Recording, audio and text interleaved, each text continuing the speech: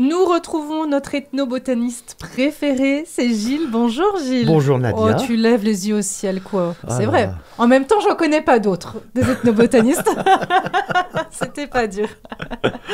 On va parler du gui. Alors, c'est vrai qu'il fait partie des traditions, surtout de la fin d'année. On s'embrasse sous le gui quand on se retrouve sous une branche de gui. Alors, d'où nous vient cette tradition? Or, le gui était une plante sacrée pour nos ancêtres. Et c'est vrai que quand on regarde cette plante, surtout en hiver, on ne peut qu'être ébahi alors que les arbres ont perdu leurs feuilles, sont complètement décharnés. Le gui, lui, reste toujours vert. Et surtout, il est en hauteur, donc vraiment vers le ciel. Donc nos ancêtres y voyaient un intermédiaire entre le ciel et la terre. Les Celtes croyaient que le gui était semé sur le chêne par une main divine.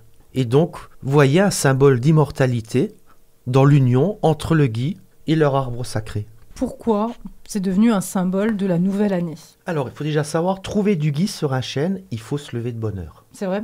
Oui, on le trouve généralement sur des pommiers ou sur des arbres de verger. C'est pour ça que quand les druides trouvaient du gui sur du chêne, mais il y avait tout un rituel qui se mettait en place. Donc il y avait toute une cérémonie pour couper ce gui, il ne fallait surtout pas qu'il touche le sol. Et les druides s'exprimaient en utilisant une expression « ogel an eux », donc signifiant littéralement que le blé germe. Et cette expression, par déformation, a donné l'expression que tu connais également, Ogi l'an neuf. Oh là là, Ogil en E, c'est devenu Ogil en neuf. Oui, c'est Ah oui, là il fallait le l'origine. chercher, d'accord, ok. Oui, voilà, parce qu'en fait, on recueillait ce gui le 6e jour de l'année celtique. Et comment on en est venu en fait à s'embrasser sous le gui alors?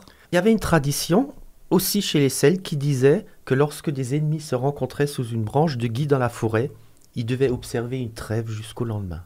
C'est là l'origine de la coutume de suspendre une boule de gui et d'y échanger un baiser en signe d'amitié et de bienveillance. Et cette tradition s'est perpétuée, même si l'Église tenta de substituer au gui le hou, dont les épines rappellent la couronne du Christ, et les boules rouges, les fruits du hou, son sang. Pour conclure cette chronique, Gilles, Alors, les différents symboles associés au gui, on l'a vu, ont traversé les âges et imprègnent encore nos traditions aujourd'hui. Lors d'une promenade hivernale en ce moment, n'hésitez pas à lever les yeux pour observer ce messager du ciel, annonciateur de la renaissance de la nature. Gilles, en tout cas, moi je te souhaite une très très belle nouvelle année. Entre bien dans la nouvelle année, Goody Rouch, comme on dit chez nous. Kuti Rouch, à tous les auditeurs, à toute l'équipe de Radio Mélodie, à toi Nadia, C'est gentil. Et puis on se retrouve en forme, je l'espère, pour la nouvelle année. avec le plus grand plaisir.